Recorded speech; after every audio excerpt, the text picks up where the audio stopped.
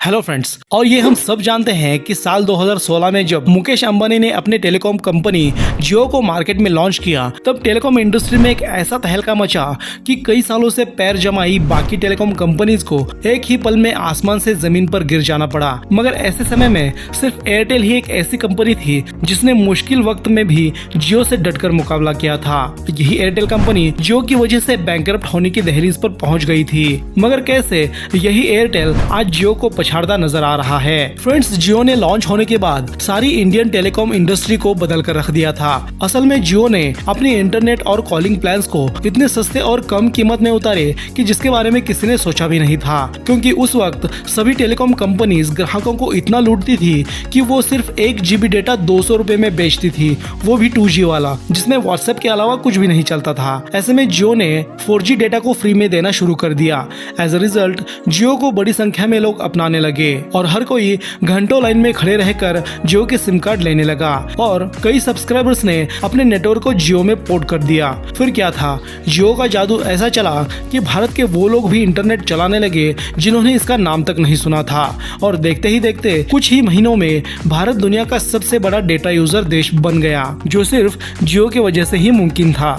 ऐसे में कहानी में आता है एक ट्विस्ट, जिसमें साल 2020 में जियो को टक्कर देते हुए एयरटेल बड़ी ही तेजी से आगे बढ़ने लग जाता है और देखते ही देखते एयरटेल के 34 करोड़ एक्टिव सब्सक्राइबर्स हो जाते हैं और जियो के 35 लाख सब्सक्राइबर्स घटकर 32.4 करोड़ बन जाते हैं। साथ ही करोड़ों जियो यूजर्स अपने सिम को एयरटेल में पोर्ट कर देते हैं। आखिर अचानक ऐसा क्या हुआ कि एयरटेल जियो से इतना आगे निकल जाता है, और ऐसी कौन सी स्ट्रेटेजी एयरटेल अपनाता है जिससे वो सारे टेलीकॉम मार्केट को टेक ओवर कर देता है? चॉइस बदल गई है। फ्रेंड्स, इसके पीछे की असल वजह है इकोसिस्टम बिजनेस स्ट्रेटेजी, जिसे आज के सदी की सबसे पावरफुल स्ट्रेटेजी माना जाता है, जिसे फेमस बिजनेसमैन स्टीव जॉब्स द्वारा बनाया गया था। और इसी स्ट्रेटेजी के जरिए उन्होंने अपनी एप्पल कंपनी को दुनिया की सबसे बड़ी टेलीकॉम कंपनी में से एक बनवाया था। इस स्ट्रेटेजी में कंपनी अपने अलग अलग प्रोडक्ट्स को मिलाकर एक ऐसा इकोसिस्टम बनाती है जिसके जरिए आप इसमें से कोई भी एक प्रोडक्ट खरीदने के बाद फिर किसी और प्रोडक्ट पर शिफ्ट होना या फिर अपग्रेड होना मुश्किल हो जाता है। इसे आसानी से समझने के लिए हम जियो के ही इकोसिस्टम को समझते हैं। जब आप जियो का सिम खरीदते हैं तो जियो आपको सिर्फ कॉलिंग और इंटरनेट ही नहीं देता,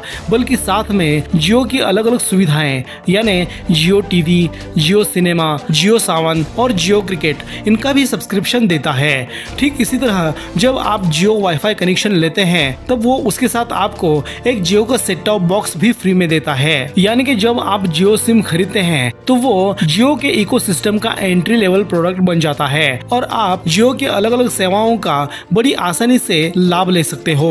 और जैसे जैसे आपको जियो के इन सभी सेवाओं की आदत लग जाती है तो आपको किसी अन्य प्रोडक्ट सर्विस पर स्विच करना बेहद मुश्किल हो जाता है। और फ्रेंड्स, एयरटेल जियो के सामने इसलिए टिक पाया क्योंकि उसने जियो के इस इकोसिस्टम को जल्द ही समझ लिया था और अपने ही एक इकोसिस्टम बनाने में लग गया। अब सवाल ये आता है कि महज 2 सालों के अंदर ही एयरटेल ने ऐसा क्या कारनामा किया जिससे एयरटेल का सब्सक्राइबर्स काउंट आज जियो के भी आगे जाता हुआ नजर आ रहा है। जियो के आने से पहले एयरटेल ने अपने कुछ सेवाएं लॉन्च की थी, जैसे एयरटेल डीटीएच, एयरटेल ब्रॉडबैंड और एयरटेल बिजनेस। अपनी इन्हीं सेटल्ड सर्विसेज को साथ में लेकर एयरटेल ने अपने इकोसिस्टम को बनाने की शुरुआत की। साथ ही एयरटेल ने कुछ ऐसे बड़े बड़े फैसले लिए जो इतने रिस्की थे कि इसकी वजह से खुद एयरटेल भी बहुत बड़े लॉस में जा सकती थी। इसमें से एक था छोटी टेलीकॉम कंपनीज को खरीदना, जैसे कि एयरटेल ने वीडियोकॉन, टेलीनॉर और टाटा टेली सर्विसेज को खरीद लिया था और उनका कर्जा खुद ही चुकाया। मगर इससे न सिर्फ एयरटेल के सब्सक्राइबर्स बढ़े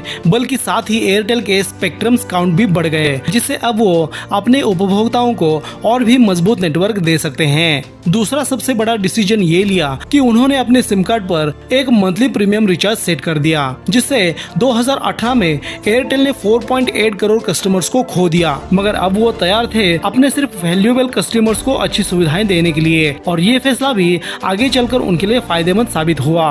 अब एयरटेल ने अपने सिम के साथ विंक म्यूजिक, एयरटेल टीवी और अपने वाईफाई कनेक्शन के साथ सेट टॉप बॉक्स फ्री में देना शुरू कर दिया था। और इसी समय से एयरटेल का वक्त बदलना शुरू हुआ। मगर इन सभी घटनाओं के बावजूद एयरटेल के लिए सबसे बड़ा टर्निंग पॉइंट साबित हुआ पैंडेमिक की वजह से लगा लॉकडाउन।